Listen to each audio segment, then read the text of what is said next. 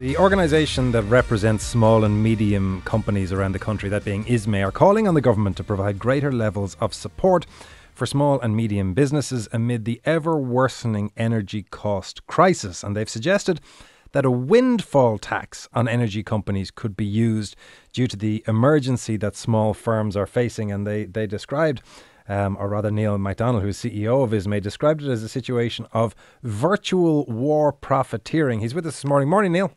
Good morning, Anton. Very unusual to see a business representative organisation suggesting a windfall tax on a corporate. It absolutely is, and as we said to the Examiner, it's not something we do. As a matter of course, recommending windfall taxes.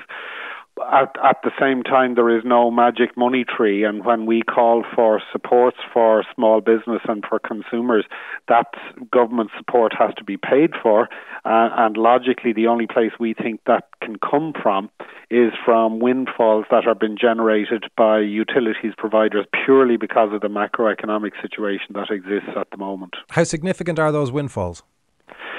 I couldn't tell you exactly how much money these people are going to make, but I think it's the reportage across UK, Ireland and Europe is that gas and electricity suppliers are making very significant profits. They're increasing their dividends to their shareholders, and that's all well and good in normal times, but these are not normal times, and we are looking at small businesses that are going to have to sustain electricity price increases of 100% and more, and that's without the possibility that's also been spoken about at the moment that there may be downtime or blackouts this winter. So these are really extraordinary times, and it's only in that context that we recommend extraordinary measures. One of the things that we would hear from business representative organisations like ISME, like IBEC, on a fairly regular basis is that investors, the market, big corporates, FDI, small and medium enterprises, they want predictability, they want consistency, they want to know the rules and regulations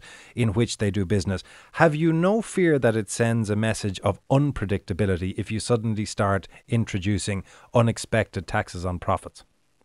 Of course that fear exists, Anton, but let me tell you that there's no fear greater for a business that has an energy requirement and a permanent energy requirement than to be told the lights may go out this winter, or you may have to power down between 6 and 8 p.m. or 5 and 7 p.m.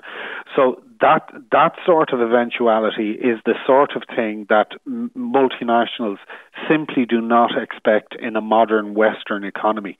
So a windfall tax would fall significantly down the order of sins, as it were, for a government to inflict on a multinational rather than turning the lights out. We are in a different place at the moment, and unfortunately this mess we're in now is entirely predictable. I mean, I'm looking at the National Risk Assessment from 2017, and it analysed and described all the risks that we're actually seeing happening now in 2022. Unfortunately, we didn't mitigate those risks.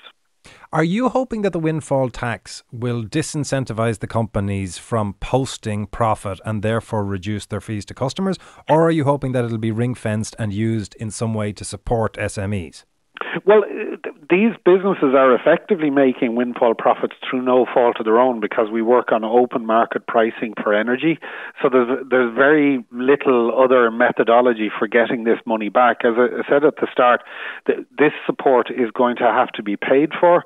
When we look across the EU, we see countries like Austria, Germany, France and Italy really engaging with small business and consumers to cut the top off the price of this energy spike. We are going to need something like that here. Otherwise, we are going to see business closures and job losses this winter. So this is just a reflection of necessity and reality rather than a desire on our part that, government starts interfering with markets through windfall taxes.